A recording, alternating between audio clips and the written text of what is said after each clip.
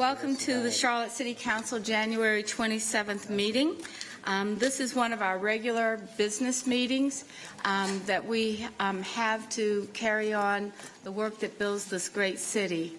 In addition to that, our business items that we actually have on an agenda and we work through, we also tonight have our public forum, and so we will have speakers coming down to petition the City Council. So we usually start with introductions, and I think we'll start with our city attorney, and we'll work our way around the dais. Good evening. I'm Patrick Baker, City Attorney. Good evening. Ed Driggs, District 7. Good evening. Victoria Watlington, District 3. Charles McCarty, District 6. Malcolm Graham, District 2. Larkin Eggleston, District 1. Happy Monday. Julie Eisel, Mayor Pro Tem and at large. Good evening. I'm Vi Lyles, and I serve you as mayor. Marcus Jones, City Manager. Good evening, Renee Johnson, District 4. Braxton Winston at large. Welcome, Dimple Ajmera at large. Good evening, Stephanie Kelly, City Clerk. Happy Monday. I know. So we begin our meeting with an invocation or an expression of inspiration followed by our Pledge of Allegiance. The invocation is really intended to solemnize our deliberations, and so we celebrate the diversity of religion and faith in this community, and you are welcome to participate as Councilmember Tak Bakari provides our inspiration for this evening, if you so choose. Following that, we will have the Pledge of Allegiance from Cub Scout Pack 55 at Myers Park Presbyterian Church, who is led by Dave Hahn. And so I'm going to ask our scouts to make their way down, and they'll be at the dais and before Mr. Bakari takes a moment with us. So if the scouts will come down.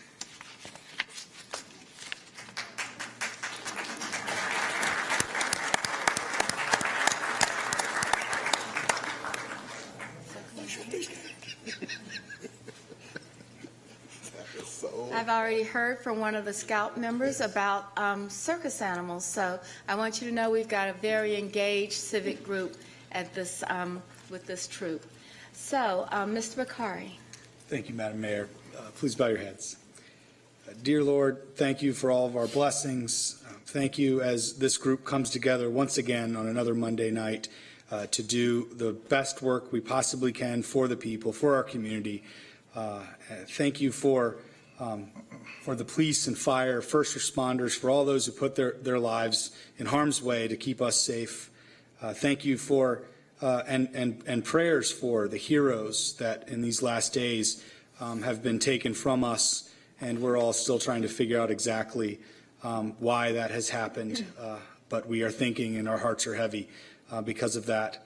And thank you for all those who make the time to come down to the council chambers and champion the things that they truly are passionate about, and know that we will all work together to try to find the best outcome, but thank them for their time. And finally, please remind the mayor to remind us when it's our turn to do the prayer. It's much more effective when we plan that out ahead of time. Amen. I'll note that the invocation schedule is sent out to all council members at the start of the year. It's alphabetical. Whether or not you choose to record it is Please, would the scout troops please rescue us? Would you please stand for our Pledge of Allegiance? I pledge allegiance to the flag of the United States of America and to the republic for which it stands, one nation, under God, indivisible, with liberty and justice for all. Thank you very much to the troops. Way to go, guys. Please. Good job, fellas. Thank you. Thank you, guys. That was a good one.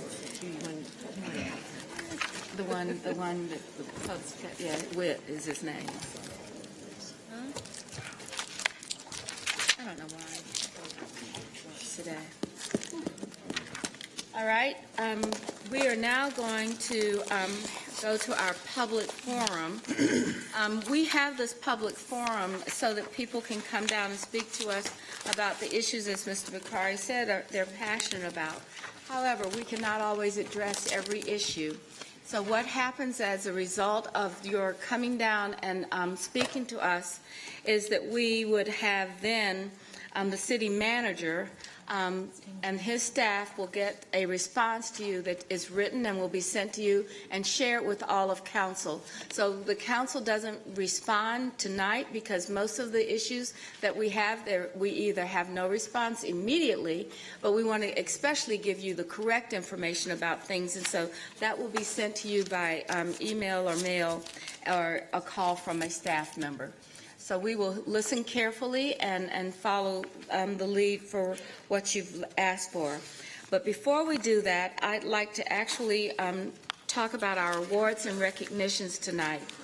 We have, as a practice, recognized through proclamations various groups and interests that help contribute to our city's well-being.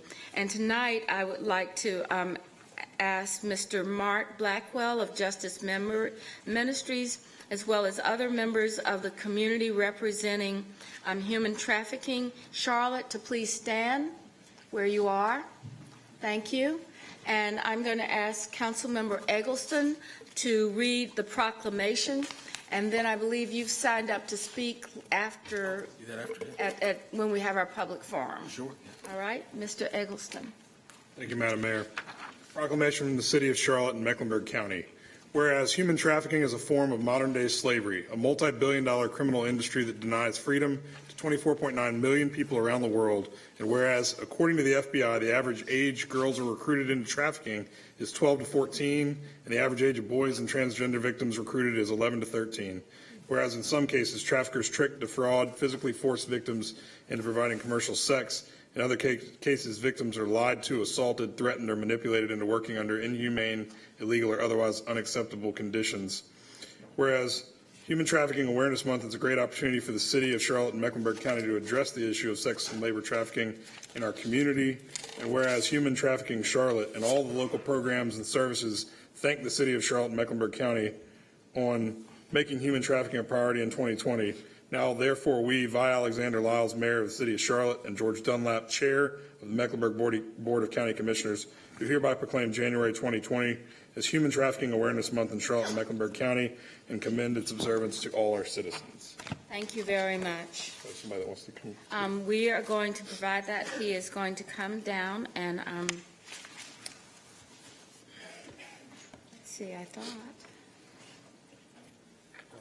Would you come down now and accept the petition? I thought that you had signed up to speak as well.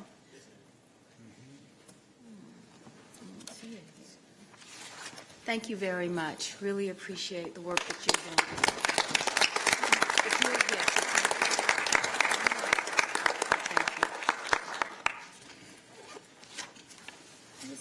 Thank you. Thank you, Mayor and council members.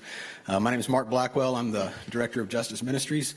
We serve survivors of sex trafficking in the region.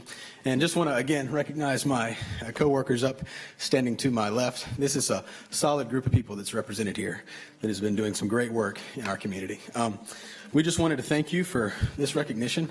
This is passionate work for all of us. Serving our neighbors, really, is what we're doing. And for y'all to stand alongside us is just special to us. So we really appreciate y'all taking the time to stand with us in this fight against human trafficking.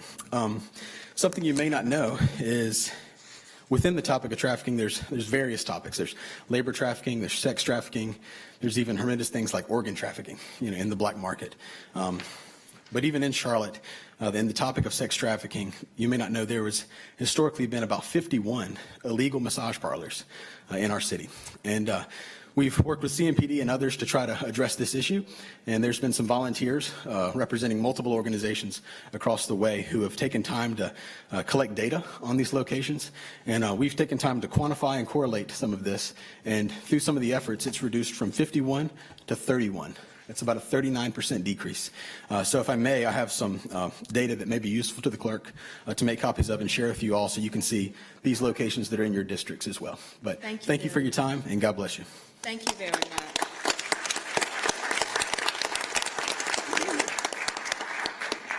I would like to ask the members of the Mayor's Mentoring Alliance Advisory Board to please stand. Victor Nicholson, Dion Wimbush, Dana Sidbury, Alexander Arrington, George Buggs, Iris Caldwell, Lokishika Jefferson, Kenyatta Wheeler, Kevin Campbell, Kimberly Roseborough, Rochelle Joyce, Ross Dennis, Rashawn Miller, Tracy Campbell, Tiffany Johnson, and our staff, Tom Warschauer.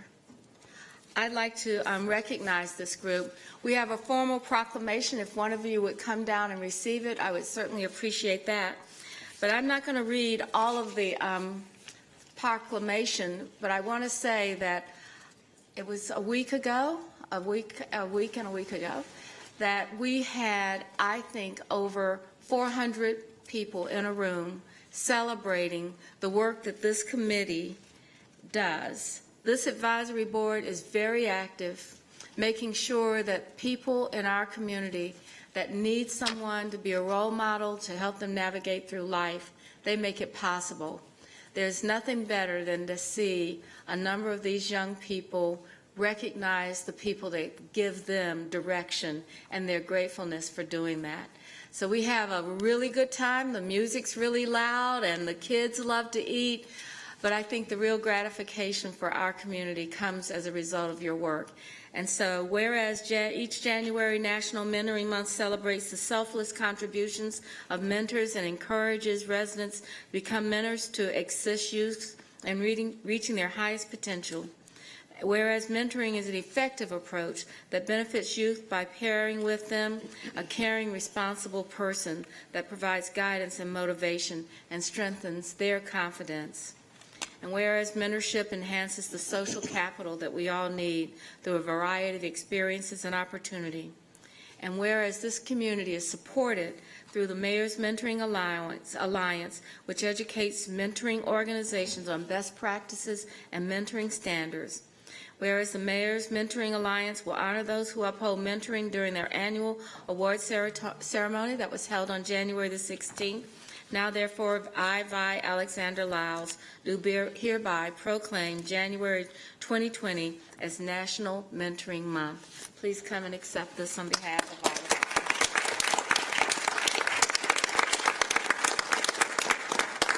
You guys are great, truly great. You're making a difference where it really counts. Thank you so very much. Thank you very much.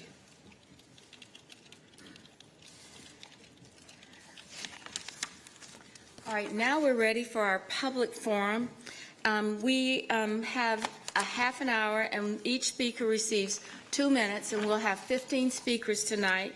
And I'm going to start off with Sarah Hayes. Ms. Hayes?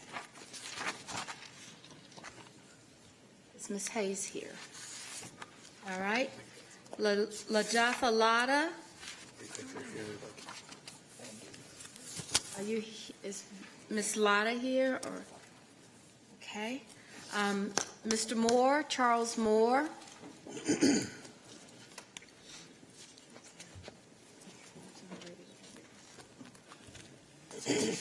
Good to see you again, Mr. Moore. Thank you and good evening. It's good to see evening. you again. We've had a little bit of an absence since the last time I was here. But once again, I'm here to talk about the problem with STS buses and how poorly they ride. Now, after 18 months of talking to you about this, I really feel like that there's a certain amount of apathy and indifference on your part towards this issue. And I would appreciate your looking into doing one thing I've asked you to do for the last 18 months. Come ride the bus with me. Now, I'm not going to lambaste our 3 newest members of council because they haven't had a dog in this fight. But Mr. Graham, about a large number of your constituents actually use STS, and I would implore you to talk to them and find out what's going on.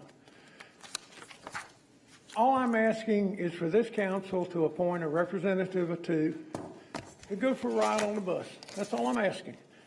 We'll pick you up on Davidson Street at the handicap entrance of this building, ride you for about an hour. Ask for 1 hour out of your busy schedule. I would be willing to bet money if it was the Lynx line or the Tear Up the Streets trolley line, or if I was connected with a Scocker franchise, y'all be all over this, but you're not. but yet there are 30,000 people that utilize STS. And when they get on the bus and ride and get off and complain, they're worse off for the ride than when they got on the bus. Folks, we've got a problem. And all I'm asking you to do, because city agencies don't like to talk to other city agencies, especially if they're going to talk bad to them. So you've got a leadership problem from above, y'all, not being interested in this, and the CATS people end up not paying any attention either because they don't feel they have to. You haven't experienced it, part of it. Thank you, Mr. Call Moore. me.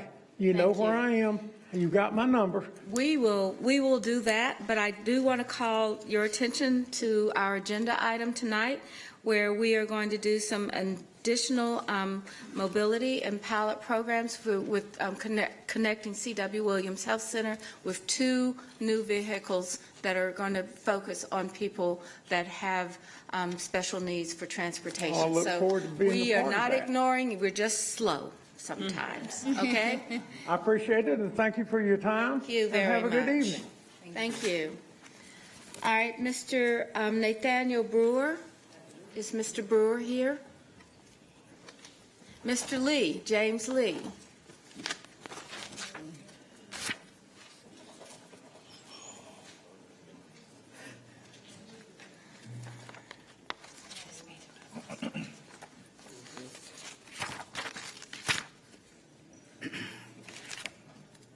Mayor Lyles, City Council, it's always a pleasure to talk before you guys.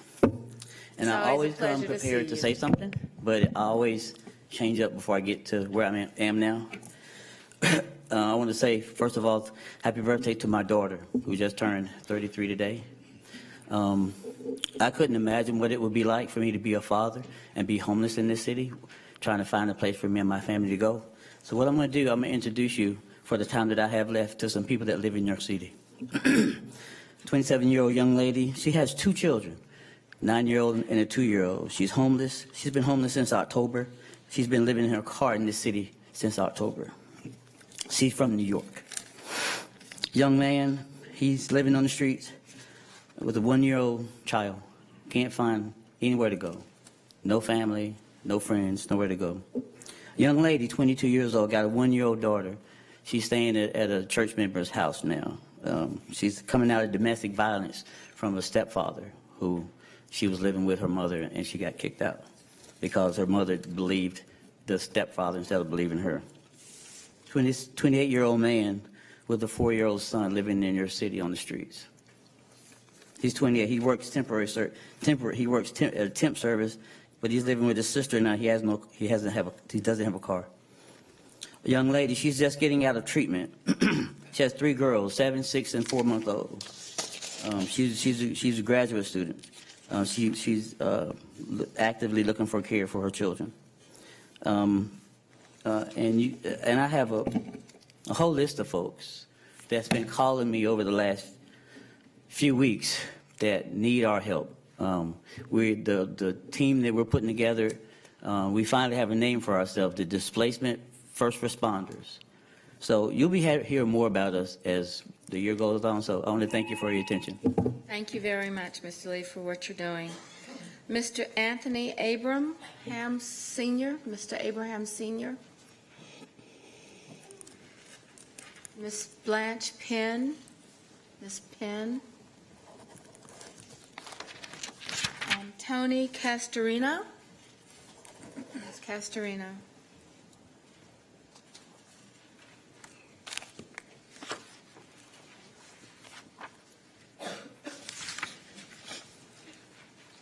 Mayor Lyles, City Council, I'm here today in support of the ban on circus animals.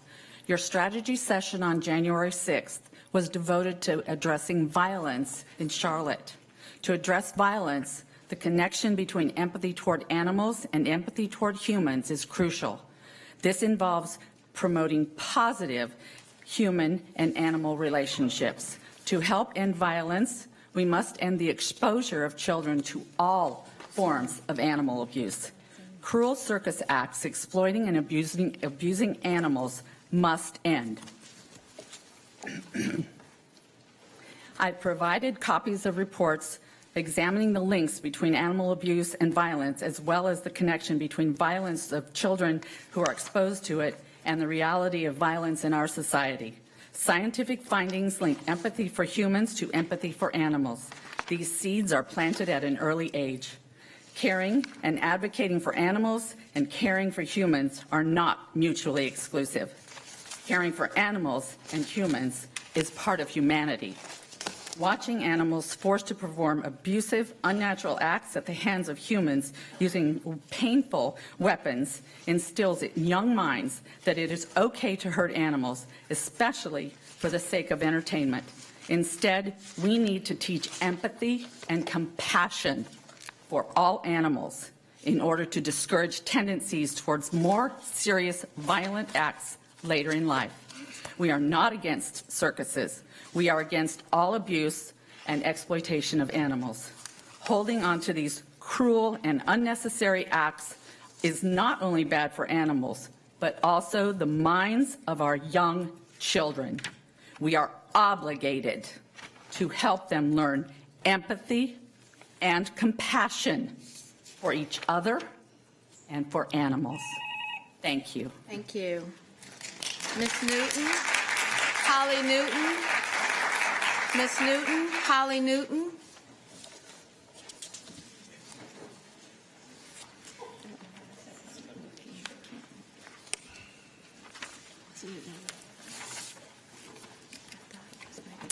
Hi. Mayor and City Council, it is my pleasure to be able to speak with y'all again this evening regarding Charlotte's need to adopt an anti-tethering ordinance to ban or restrict unattended tethering of dogs. As you know, currently in the City of Charlotte, there is no ordinance in place to protect dogs from being tethered indefinitely and in all elements. Additionally, there is no law in place to protect people and children from the psychological effects tethering dogs for long periods of time causes. The American Veterinary Association and the Center of Disease Control conducted studies, and tethered dogs are 2.8 times more likely to attack and 5.4 times more likely to attack children under 12. Just in this past month, a 9-year-old girl and a 71-year-old elderly woman were brutally attacked in our area. Charlotte resident Tara Stab said her neighbor has a dog that lives by her, and the dog is on a chain and has broken loose and tried to attack the neighborhood children waiting at the bus stop. Charlotte resident Emily Weaver said she has a dog that lives in her neighborhood that is chained indefinitely and lunges aggressively at her and her children when they walk outside. She knows that if the dog broke the chain, it would attack her and her kids. There is a good reason there's a growing trend to ban or at minimum put time restrictions on unattended dog tethering all over the U.S. It is inhumane to the animal, and it is a serious public safety issue. Additionally, United for Animals, which I'm the chair of, and Holly's Hope are organizations in Charlotte that provide free fencing specifically for families of tethered dogs who genuinely care about their dog but need financial help. I urge you, Mayor and City Council, to consider statistics, public safety, and basic animal welfare outside of speculation in regards to adopting an anti-tethering ordinance here in Charlotte. Thank you very much. Ms. Christian Moyer. Ms. Moyer.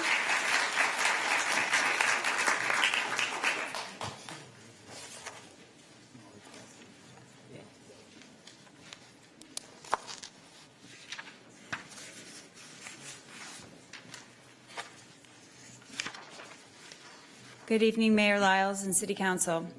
The City Attorney's report regarding performing wild animal bans offers 3 alternative resolutions of the issue: banning performing wild animal acts in their entirety, banning bullhooks, or taking no action. Only one option, a full ban, will address the animal welfare and public safety concerns we've raised. Banning bullhooks would just ban one weapon used on one species of wild animal, the elephant. Anything can be used as a weapon by trainers, including a shovel or broom, once they have taught the elephant to fear any device brandished by its trainer. Banning the bullhook does not eliminate the cruelty. The training methods behind the scenes remain the same. There is no way to force these animals to perform these silly tricks other than through fear and physical abuse. Further, a bullhook ban does not address the use of other wild animals such as zebras, bears, tigers, lions, camels, and primates. Other devices are used on these animals, such as tasers and whips. Banning the use of wild animals in traveling shows would be the most effective method to alleviate animal abuse. This approach is not only simpler to enforce, it also recognizes that wild animals suffer from the constant confinement inherent with life on the road. A bullhook ban also does not solve the public safety concern. With no regulations in place to require medical testing of these animals, they are often infected with tuberculosis, which is easily communicable to humans, not to mention the frequency with which these animals break free and do harm to themselves and to the public. There are countless organizations that have recommended that since federal and statewide regulation and enforcement is lacking, cities must take action to protect these animals and the public welfare. The City of Charlotte has a duty to step in and enact an ordinance that will curtail animal abuse and protect the city's citizens. It is time to ban this outdated, inherently cruel Wild Animal Act from coming to our city. Thank you. Thank you. Jessica Still. Miss Jessica Still. Miss Jessica Still.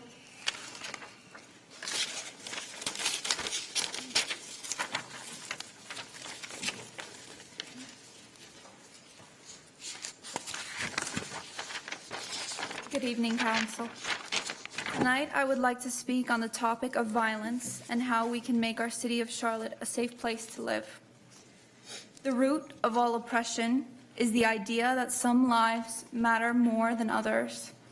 The discrimination is learned in childhood when we are taught to disregard the lives of certain animals simply because they are different than to others. While some animals are destined to be loved family companions, others are inherently doomed to a life of abuse and exploitation for the sake of entertainment and pleasure. The problem is that by the time a child has enrolled into school, before they are exposed to bullying, racism, sexism, and homophobia, the foundation is already laid that because some beings look differently than others, they are to be loved or exploited. There is violence in the way that we leave them outdoors to pace and shake in the extreme weather with no comfort available. There is violence in the way we break their bodies and spirits to perform for us in concrete jungles, far from their homes and potential for happiness. I bring this to you today because we as a community allow these injustices to continue. We must not forget that our children are watching and taking note, becoming the people they see around them. We must fight for true empathy and understanding if we are to rid the streets of violence for good. I want to remind the Council and everyone here that all beings are deserving of a life free from pain and fear. Providing basic rights to animals is not just at the beginning of our pursuit towards nonviolence, it's at the very core. Thank you. Thank you very much.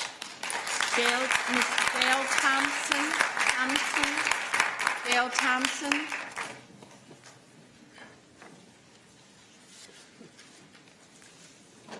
Oh, are you?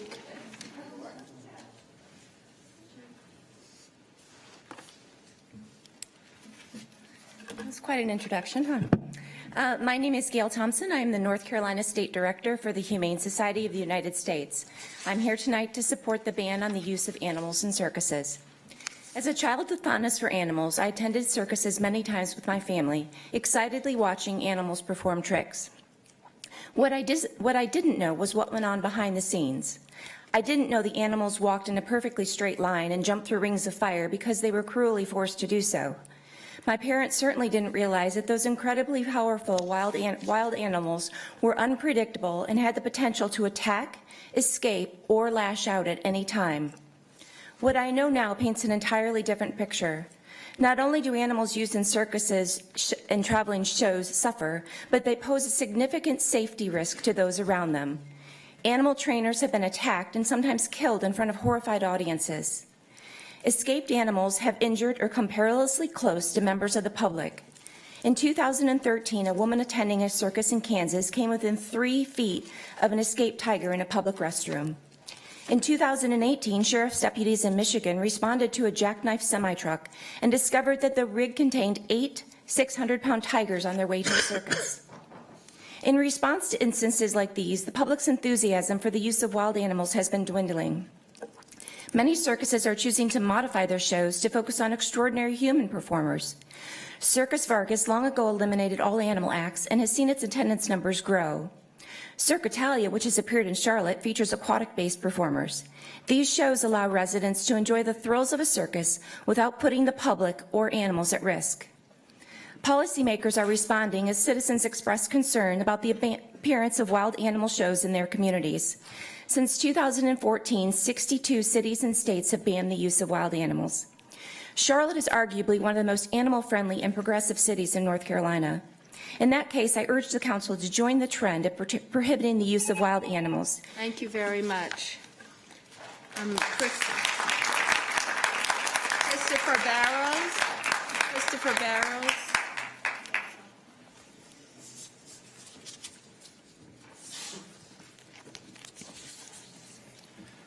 Good evening, Mayor. Good evening, Council. It's good to see some of you again. The 3 new council members, congratulations on your victory. I look forward to dealing with you in the future. First thing I want to do is thank everybody for last year, especially you, Mr. Jones. Last year's budget, very fair. You guys did a lot of good stuff for us, and I want you to know that it didn't go unnoticed, and we did appreciate that. However, obviously there are some things missing, or else I wouldn't be here this evening. One of the things that I want to address is this city is growing in leaps and bounds. There is expansion on the light rail on the way. There's expansion at the airport. The infrastructure, the city is blowing up. With that, you're going to have to provide a workforce to provide service for these people. A lot of the things that happen around here don't ever shut down. The light rail doesn't stop rolling. The toilets don't stop flushing. The airport is always moving. One of the things we need to address to recruit new talent and to retain the talent we have now is we have to start looking at a shift differential. Second and third shift, working weekends, working holidays, these are all huge sacrifices that we make for this city. We have a hard time recruiting people to come and work these jobs. Put yourself in this position. If you were looking for work and you came to us and you interviewed and we decided to offer you a job and we said, oh, but by the way, you're going to work third shift, your weekend's going to be Tuesday and Wednesday, and you're not going to get to be Santa Claus probably ever because you're going to have to work every Christmas. Would you take that job? Most of you wouldn't. But even if you did, how long would you stay there before you started looking at something else? So I would ask the council, as you're getting ready to get your budget together, to strongly consider a shift differential for both second and third shift, for Saturday and Sunday work. We throw a little extra for people that are working on holidays, and I think you'd have a better time recruiting excellent talent and retaining the talent that you have. I work for the city. I will be more than willing to work with any one of you. Just send me an email. Thank you very much. Kelsey Joseph. Kelsey Joseph.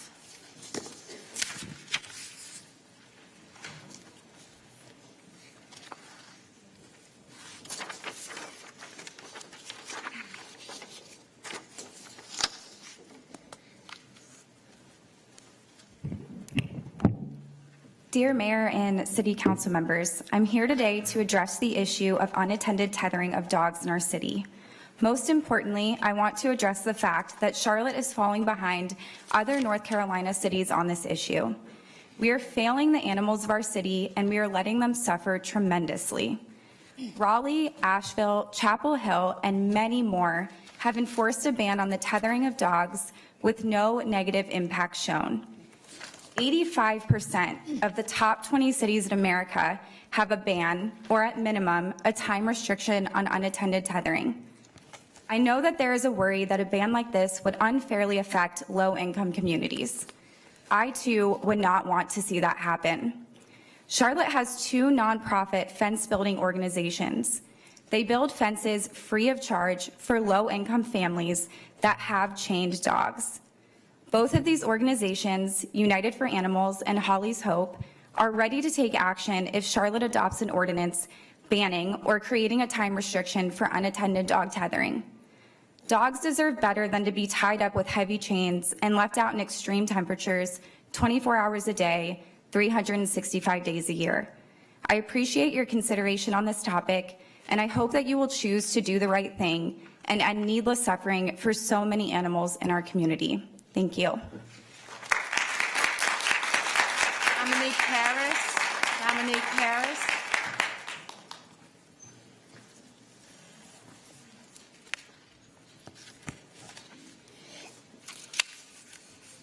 All right. Hey, y'all, how y'all doing? I first like to want to thank y'all for serving in public duty. I know it's not the easiest job in the world, but somebody got to do it. Second thing I'd like to do is thank all of y'all that choose to engage UE 150 as we've been fighting for workers' right in the city of Charlotte. So for every one of y'all that engaged us over the year, I appreciate you. It's special thanks. Because y'all chose to sit down and talk to us when you really didn't even have to. But I'm going to ask y'all to do a little bit more. See, we get to form these unions because we want to engage with you on a level that is equal. See, us as employees don't often have the chance to participate in the decision-making process. We know that you're all democratically elected, and we live in a democratic nation, so we want to have a chance to speak out as we are a democracy. So us as employees, I'm getting all off track. That's all right. All right. I'm sure we have a meeting soon. Yeah, we do. So the state of North Carolina has a Jim Crow law that bans us from collective bargaining.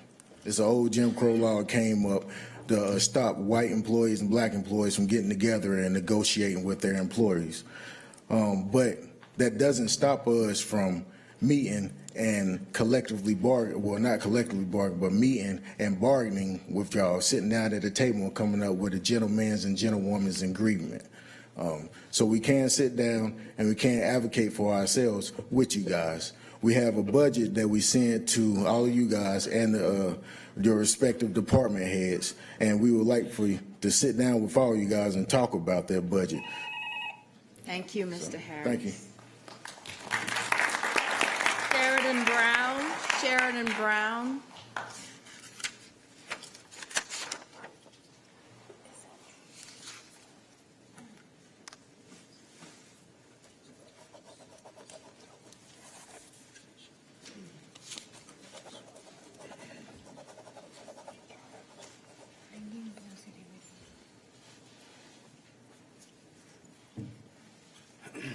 Good evening.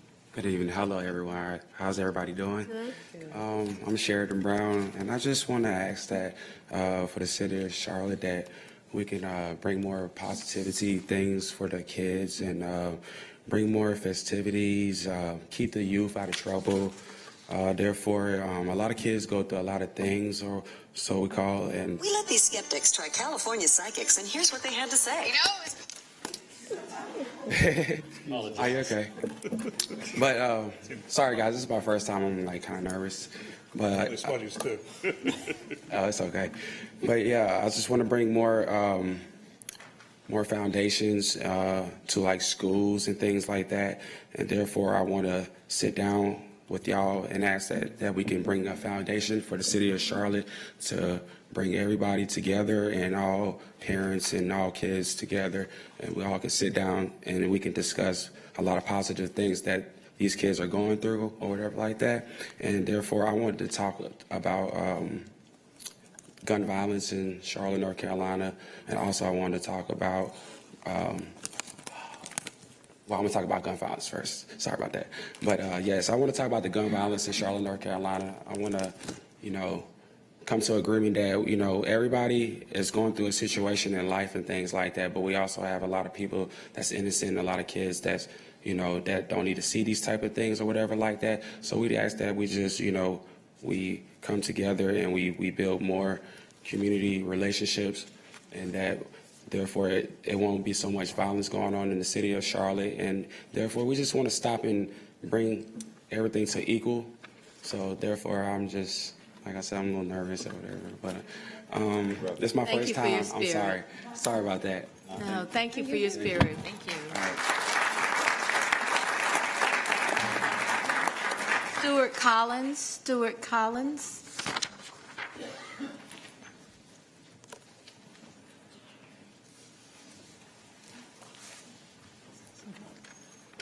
Good evening.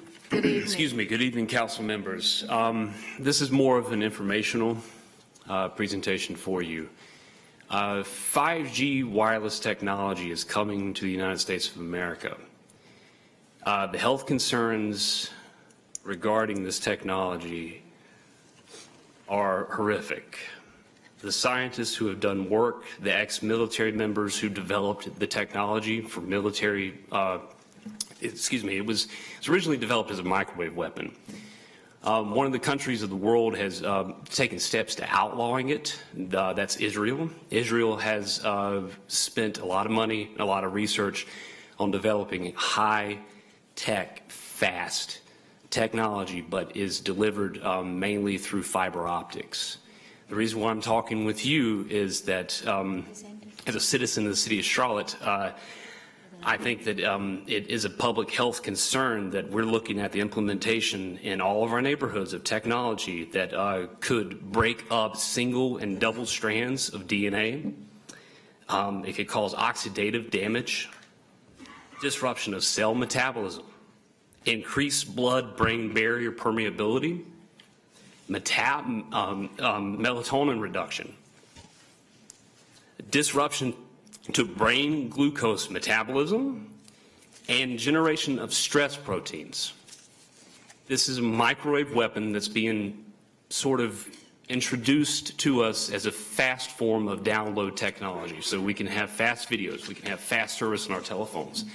But has yet to be a significant public debate in this country about whether or not us, the citizens and the consumers, wish to sacrifice our health. Not just our health, but the health of the environment because it heats up the atmosphere, the health of plant life because it disrupts all forms of communication and biological functions and of the animal life. I know that's my beeper. Yes. I would like, if you have a response, if you're interested in Thank this. you very much. I would If you will volunteer to help you with the can- commission you to can help send us- with the companies to Send the to find an information to alternative. the city clerk's office and she'll make sure Yes. that we all have that. Okay, thank you. Craig Brown. Mr. Brown.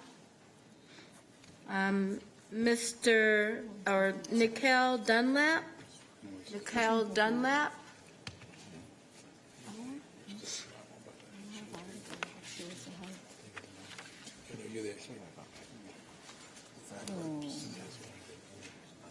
This one's different.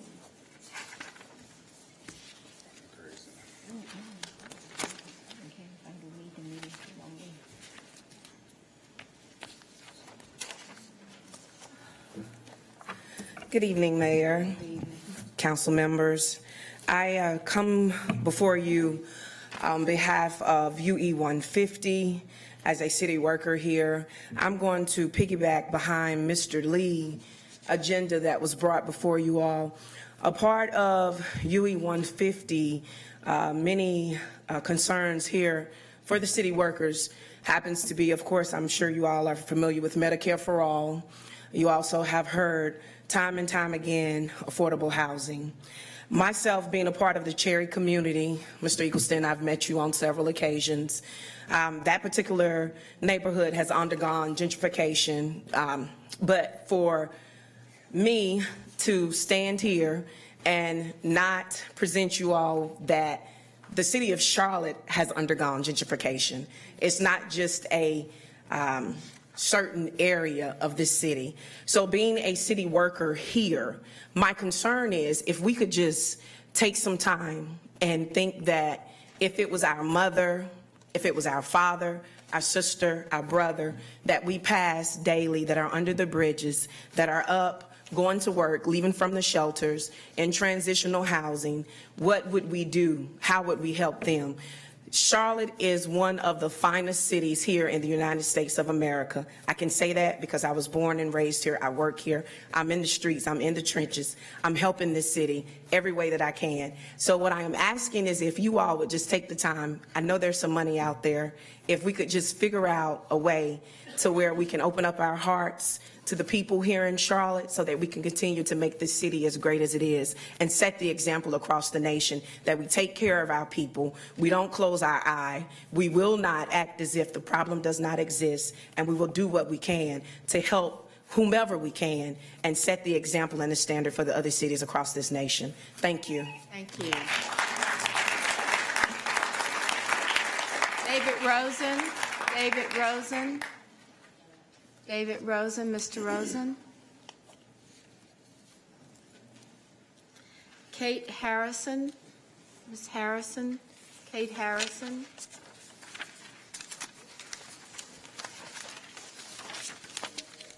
I know that I won't be able to do this correctly.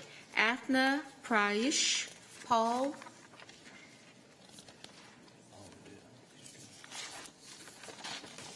Ms. Paul. Okay, that's the end of my list, Madam Clerk. So that concludes our forums for speakers. We will, please stay. We'll see you soon. Lots of excitement left. We'll see you soon. Okay, so we are now going to go to our consent items. We have, just for information, deferred item numbers 48, 50, and 51. So I'd like to have a motion to approve agenda items 20 through 51 with the following exception: 41, 48, 50, and 51. So moved. Second. I have a motion and a second. And now for comment, Mr. Bakari would like to speak to consent item on smart parking meters, item number 20. Thank you, Madam Mayor. And I'll direct this more towards Manager Jones. We had a brief conversation as I was asking my questions. I think we all know that longer term, we aren't necessarily in the state, the future state we want to be with smart parking and coating the curb and everything of that nature. But this is obviously something that's incremental, that is a little bit of, technical debt, so to speak, that we need to clean up in relation to having multiple vendors and out there.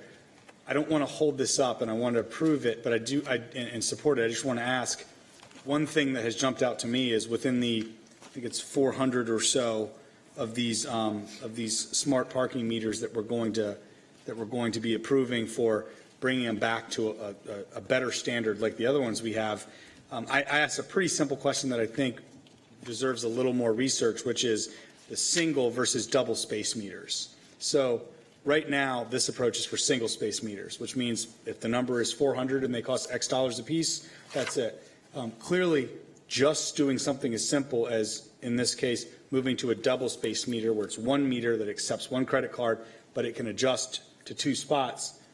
Clearly, if economies are where I think they are, it would at least reduce the price for the city in this and maybe get us into a longer term view of how are we maximizing efficiency and minimizing the physical footprint that's there. So if we have your commitment that while this approval is up to this point and you can go and kind of figure out in this short term how to go, maybe make tweaks to, instead of getting 400, it's getting 200 at a third of the price or something. If you feel comfortable with that, I feel comfortable saying I'm supportive of it. But it came up late in the day. There wasn't enough time for anyone to get real answers to this. So I just wanted to give you a chance to comment on that. So, sure. Thank you, Councilmember Bakari. There's, I guess, two things that are going on right now. One is that as staff and as CDOT Director Liz Babson, who's amazing, was going through the evaluation of the technology, we realized that if we went out with an RFP 6 months ago, we wouldn't have done all of our due diligence, and we would have gone out with an RFP that would have potentially given us something less than what we desire.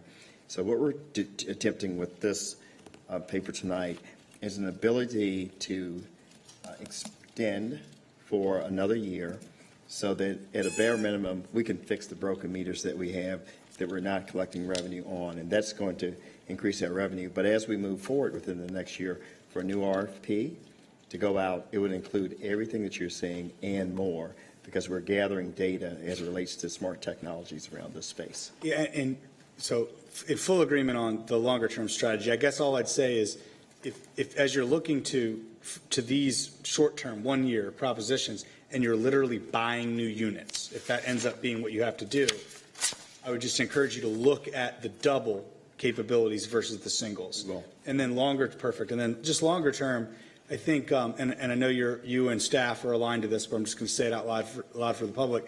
There are amazing technological advancements in this space right now. With license plate reader technology, with all this stuff, I feel like we're operating in a circa 1990s mode right now at best, and we're going to get away from coins and have coins and cards. I would really encourage us to get out there and get on the cutting edge of this. Will do. Thank you.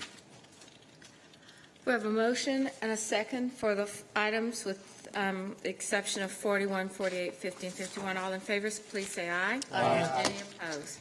The next person we have is a speaker on item number 41, which is 41, is the property transaction for Hinsdale Tinkerbell drainage improvements, parcel number 250, and the staff is asking for a condemnation for a piece of property located at 2813 Hinsdale.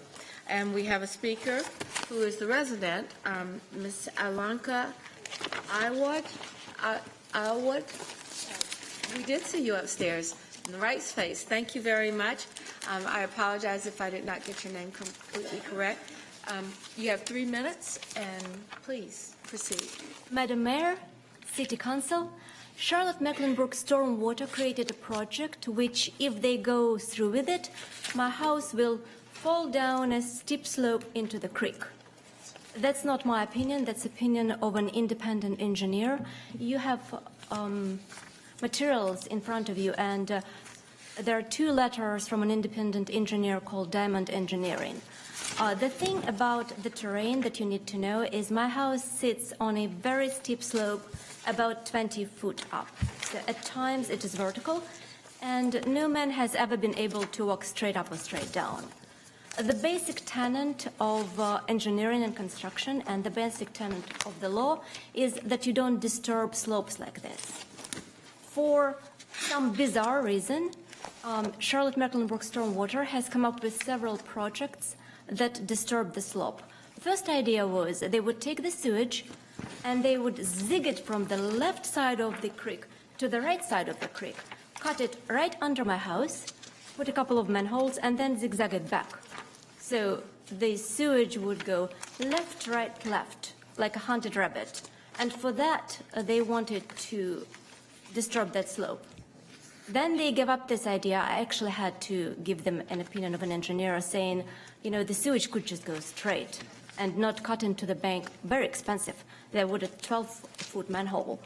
After that, the stormwater decided that they would move a wing wall that cut into the bank.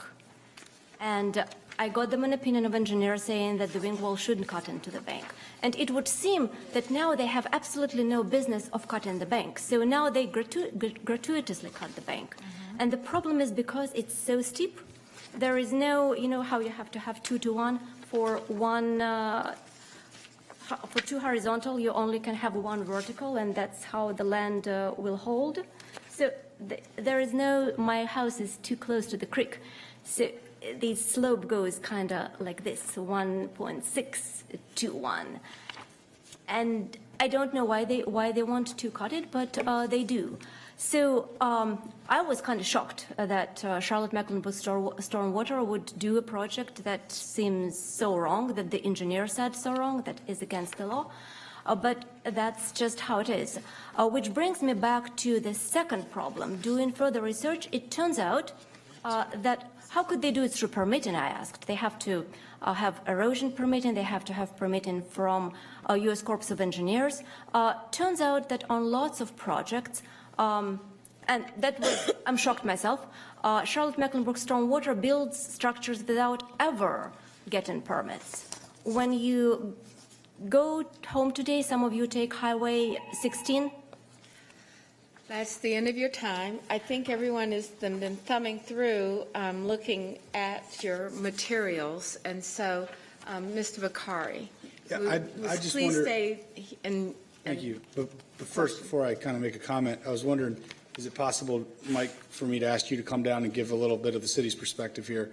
I've had a few conversations with staff, and I believe we would all benefit from hearing directly from Mike, who, as we all know, we have a lot of confidence in, and they have been working on this for a very long time. Good evening, Mayor and Council, and Councilmember Bakari, thank you for having me down. I'll just explain very briefly and try to speak to a couple of the concerns we heard. What I would start from just briefly is there's a public purpose to the project where we have a sincere shared interest with Dr. Aylward, as we have no intent to do any more construction than is necessary, disturb any more of the stream system that is necessary. The purpose of the project is to increase the stormwater capacity in the neighborhood. And so in order to do that, we will have to replace some pipes that travel underneath some streets. Dr. Aylward's home does sit in close proximity at the top of a stream bank at the outfall of one of those pipes. In order to make that pipe bigger, we'll need a wing wall that by just its very nature and completing that construction will require us to connect it to the natural stream bank that's there. Our goal is to minimize how much of that would happen. Dr. Aylward has worked collaboratively with city staff over about a year. We started working on this about a year ago. And we have made a series of design revisions to try to further minimize that disturbance. And there's some balance that we get into with that. So we've deferred this now a couple times, one of which was so that I could sit personally with Dr. Aylward and visit her at our home, review these exhibits personally, so that by the time that if it came to this, I could tell you all that we've done what we think is reasonable to minimize that disturbance. So, I mean, from my perspective, I haven't been deep in this for as long as they have, but I've tried to bring myself up to speed as they've been having these conversations. I'm of the mindset that I have a lot of confidence and no reason to doubt the expertise, capability, or the authentic approach of Mike, of the entire team in doing this. And it's been a little bit of a moving target, and they have delayed and deferred for a while. I know and trust that even with an approval tonight, that Mike and team will continue to work with the doctor and minimizing all the impacts. But I don't believe that, based on what I've learned, we can afford to delay any longer based on how this has gone on. So I would encourage you all to ask any questions you would have, but I would also encourage you to support this now and place our trust in Mike and the team. All right, I have Ms. Ajmir and then Mr. Winston. Okay. So, how does so this question is for Mr. Davis. How does this impact their property? I'm not clear on that. I mean, there is a lot of research that's been presented to us. I just don't know the impact to their property. Sure. So Dr. Aylward owns property adjacent to the creek and property on the other side of that creek, and her home sits on the top of a bank. So what we would be doing is the minimum amount of disturbance we need to the side of that bank, but it would not get up. She has a couple retaining walls separating her home from where we would be doing our work. So in the way the project is designed, there would be no physical disturbance to her home or those walls that separate her. Okay, so, but that's not what this report says, the one that was, so if I may, Doctor, could you tell me the report that you got from the engineer? Yes. Does it show an impact to your home? Yes. The report says, in plain English, if they cut the slope under my house, the house will eventually fall into the creek. He says it in an engineering words, but that's the bottom line. And indeed, when I first spoke to Mr. Keane and Mr. Leisner, who are with the Charlotte-Mecklenburg Stormwater, And I said, look, this will happen and then we will have a lawsuit, and let's don't do that because there is an alternative, easy way. What they said to me is, we don't care, you'll never prove it in court. So even if your house falls into the creek, you're just never going to prove it. Those were their words. So the engineer said that if the city turns the wing wall to go along the creek, then the city wouldn't have to grade just so high. And that made sense. And amazingly, the city did turn, the Charlotte-Mecklenburg Stormwater did turn the wing wall, but they still grade. And in fact, after I complained to the city engineer, their proposed grading got 7 times bigger. So while it used to be, you have 2 inserts there, yellow and red, while it used to be grading just a little bit, now it's a much longer grade. I think that answers my question. So I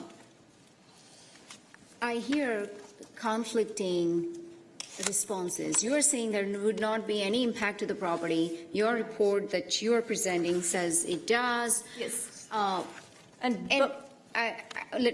guess I don't have a question for you right now. I'm not clear on, I think I need some sort of independent engineering study done that shows that it's not going to have an impact. And if it does, then we need to work with the property owner. I would not feel comfortable going with this. If we have to put ourselves in the shoes of the homeowner, if it was us, how would we feel if there was going to be a damage to the property? That does not mean I'm doubting or I don't have confidence in your expertise.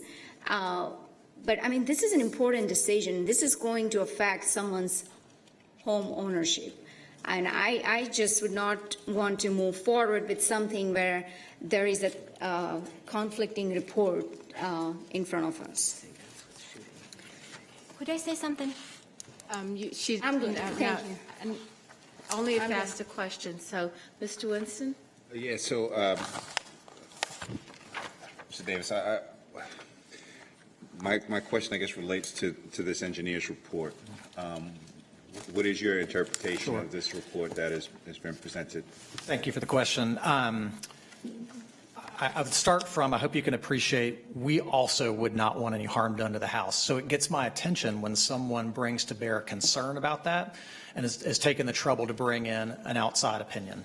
What I'll also tell you is at some point, somebody's got to seal a set of engineering drawings and become the engineer of record who's licensed in North Carolina. And so what we did is try to understand what that technical report is suggesting, put it back on our consultant engineer who's putting their seal on this, studying what they need to from a geotechnical perspective to understand what can happen when you re-engineer that slope, what we can expect to happen. And so ultimately, we find confidence in that. Sorry, you find confidence in that engineer's work and sealing of that plan with the amount of review and scrutiny we've had over just this issue. So again, you find confidence in the work that the engineer that was the outside engineer that we have hired. So we use a private designer, a private consulting firm, engineering consulting firm. So what we do is we act as sort of a client or owner of that project, and we want it built to meet our requirements. We bring in an outside design engineer who is a licensed professional engineer. They design it. There's several ways this could be designed. As Dr. Aylward has referenced, we have changed the design a couple times. We have tried to, there's a little bit of a trade-off here. I don't necessarily know if you want to go this far in, but there's a trade-off in while you minimize the construction disturbance, you take on a little bit of incremental risk in the long-term stream disturbance because there is a function served by this end wall that's meant to reduce channel erosion. And so we found ourselves in a situation where we could make some changes, but only to a point to satisfy the near-term and long-term goals. But ultimately, we rest on that sealed engineer of record. My last question, it might be for the attorney. Let's say we do the work, we vote to push this forward, and we do the work. What protections does the property owner have? Should they come back in a couple of years after, I don't know, the next hurricane or something like that, and the house does in fact collapse? You're throwing a couple of things into that equation there, because if a hurricane comes, sometimes houses collapse without anything else going on there. It's an issue that and Mike has referenced the sealed plans, because these are important documents, because that's what the engineer is staking themselves on, the ability to do this in a safe way without, potentially disturbing the entire geography of the location.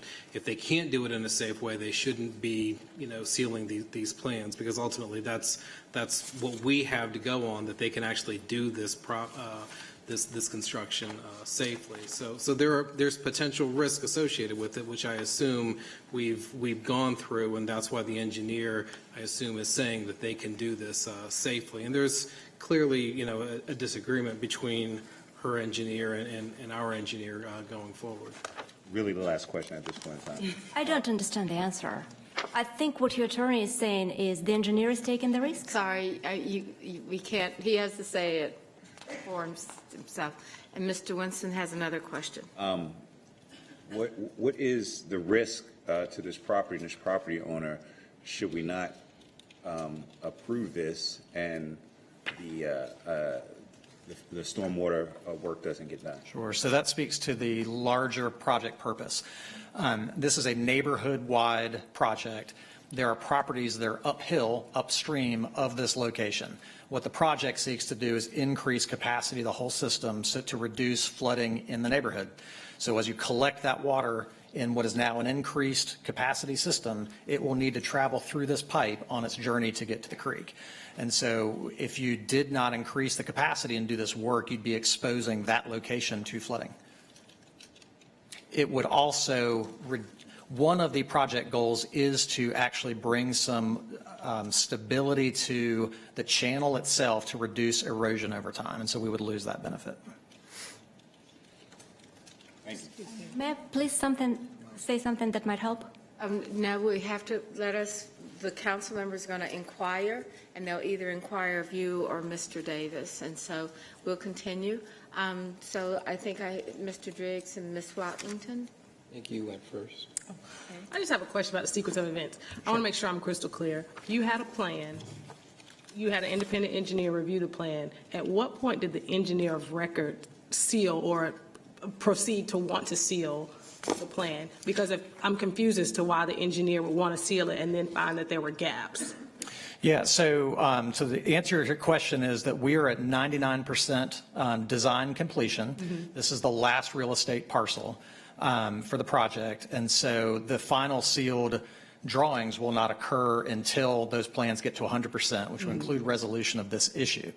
I don't have memorized the dates at which time everything happened, but generally to your question, we found that there were opportunities to, we believe, satisfy some of Dr. Aylward's underlying concerns about how much disturbance we were taking on. So I want to be clear, there was not a belief that the prior design was not acceptable. We believed there was we said, we hear what you're saying, maybe this will work better if we find a way to reduce the limits of disturbance. So we slightly modified that end wall that we've been talking about to try to relieve some of that concern. But you don't feel like ultimately it reduced the safety risk of the plan by making modifications? No. Okay, thank you. Mr. Driggs?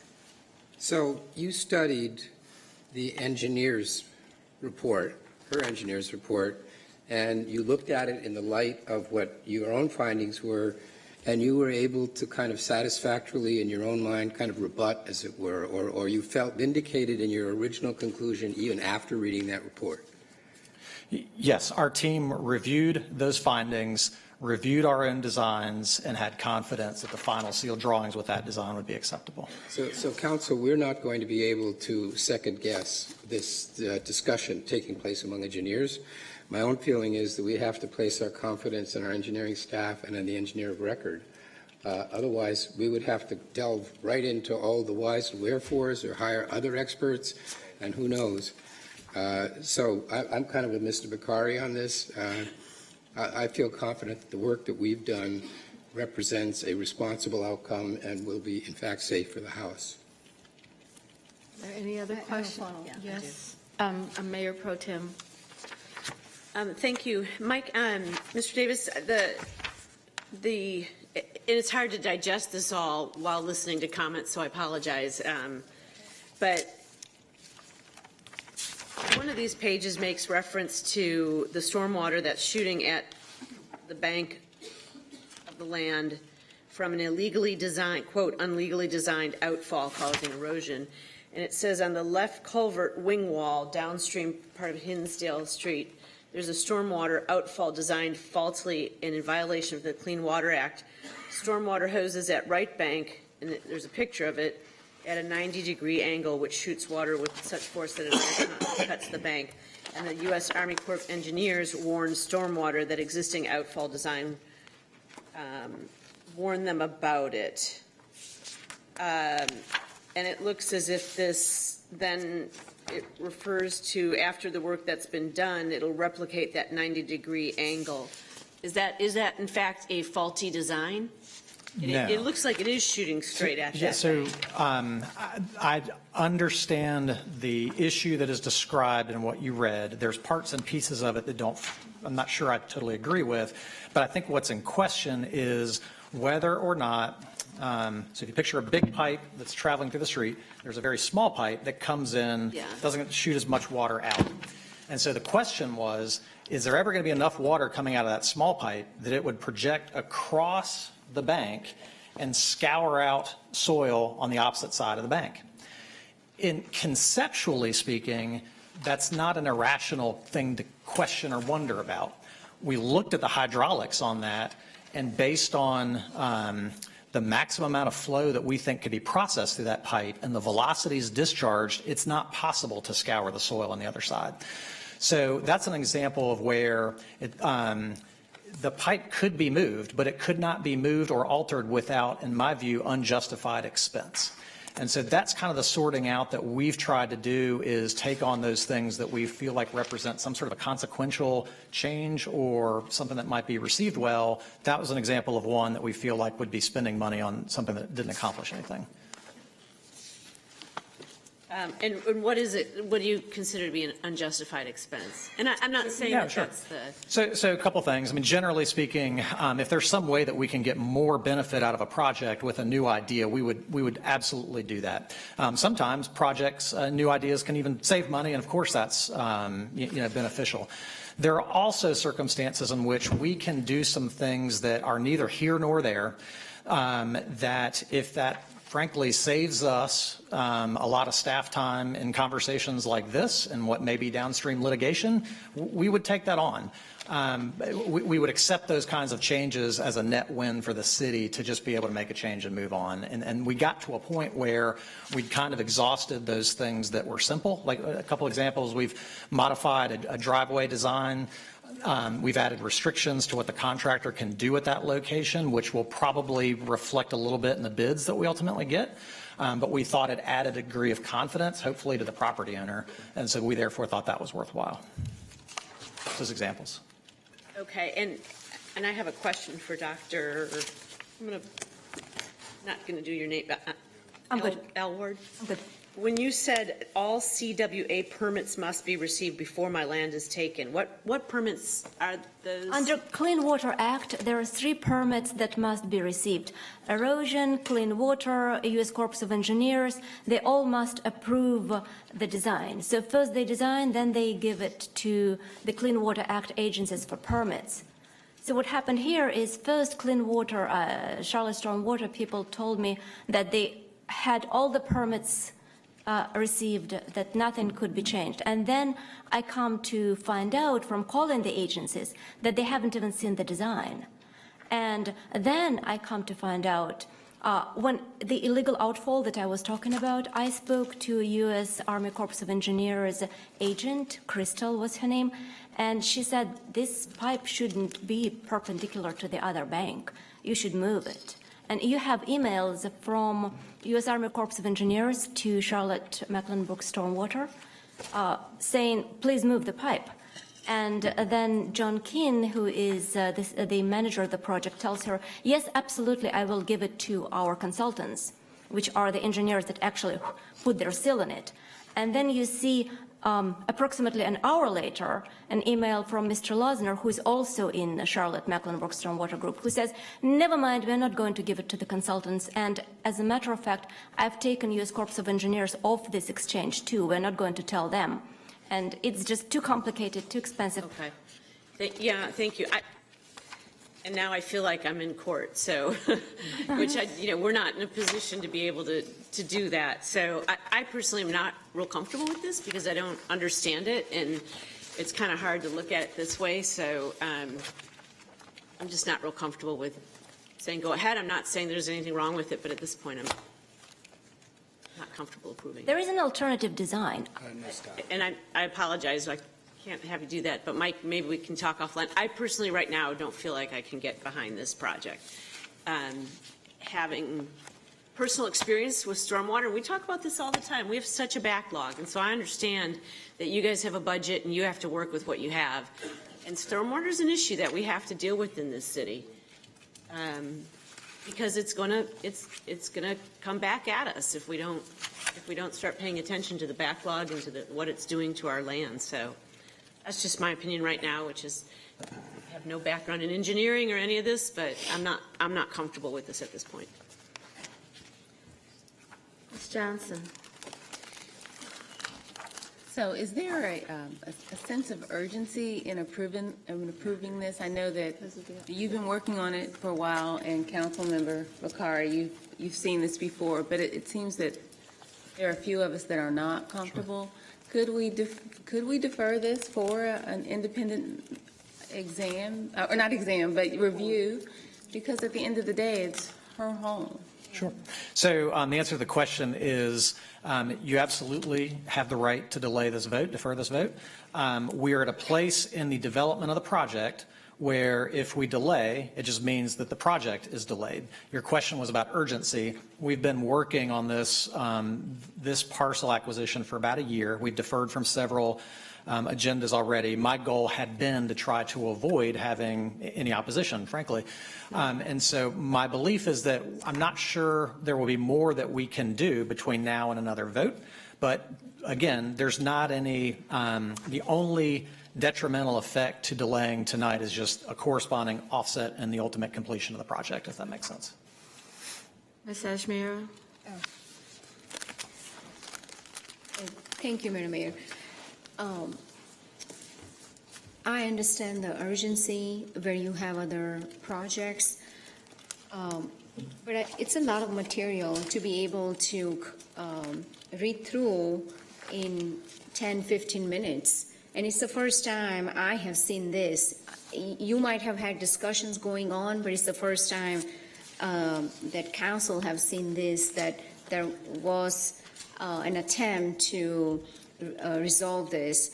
So when I'm not comfortable making a decision where I have something in front of me 5 minutes before the vote, where it's a pretty complex issue. We are talking about someone's home. So I would like at least a little bit of time, maybe a week or two.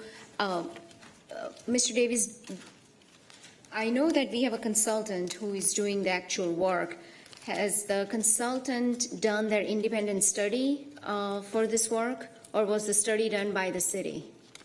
So we work in a partnership with the design consultant. The design consultant is charged with doing the hydraulic calculations on the front end and then doing the construction drawings to make the project ready for construction. They do that themselves. So I guess that's too technical for me. Okay. We did the study? Did we do the study? The consultant does that study. Consultant did the study. Who is actually doing the work? Well, we would bid this. So what you'd see is about 6 months from now, next step would be to go into a permitting phase. So we would get into those, any kind of permitting issues with the Corps of Engineers. And then we would bring back a bid. We would bid that work out and then bring back to council the construction award.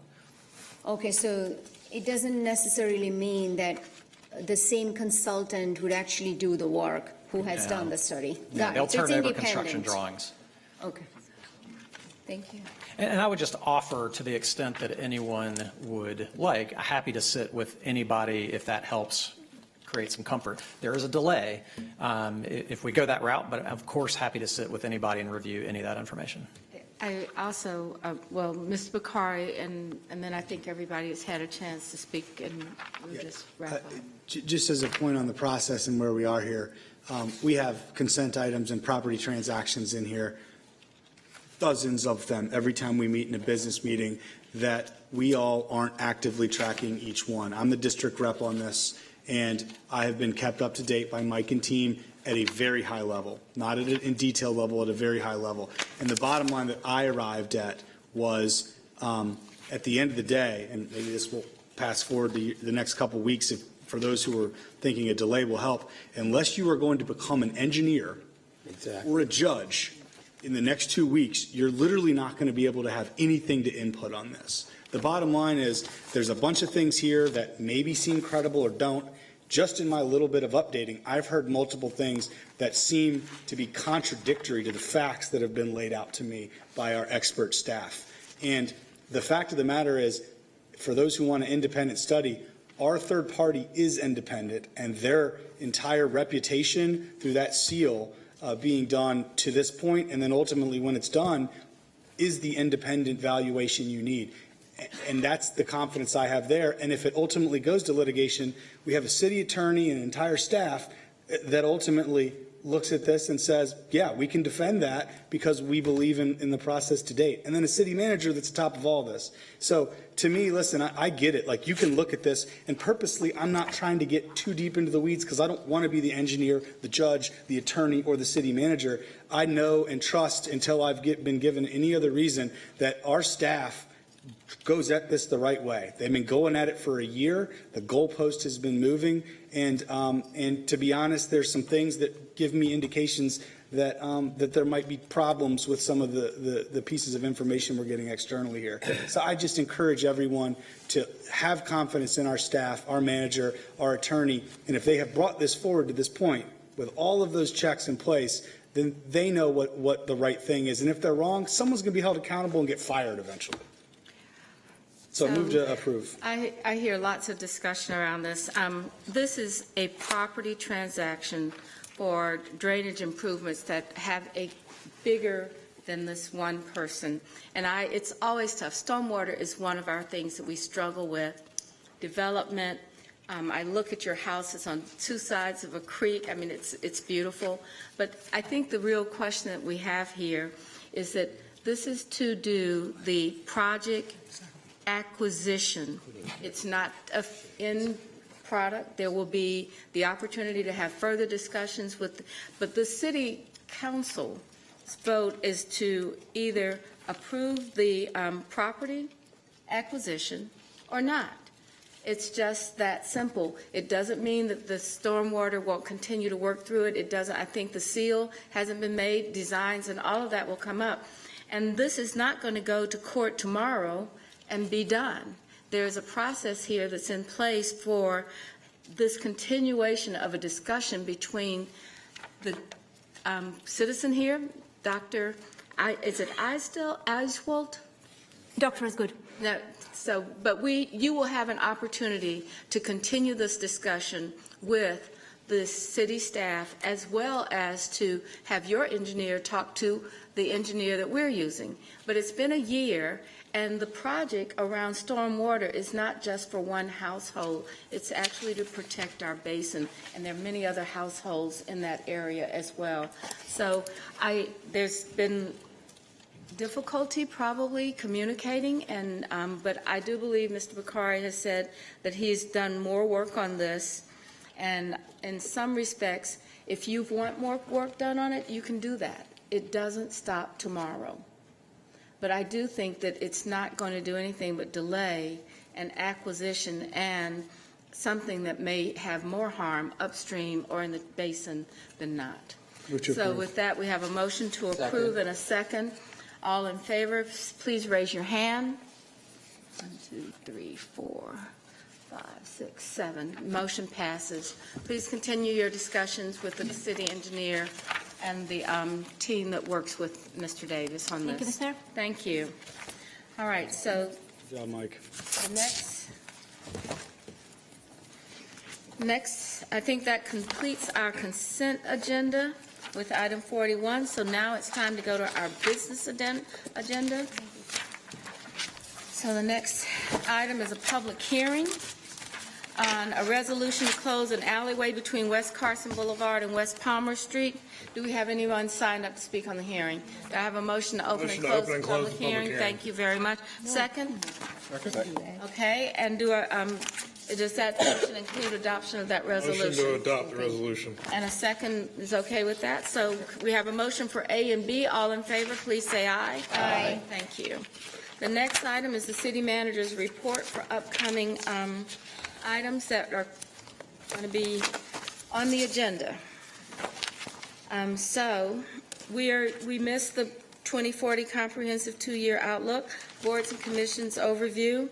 I'd also ask the manager to add Tom Hendrickson, the proposed developer for Brook Hill, as well as an update on the CIAA and the RNC by the police department. That means that we would actually be here on February the 3rd for a very long and detailed discussion around a number of issues. So we can balance that, but that's coming up. We may have to prioritize a few things before the budget workshop. Okay.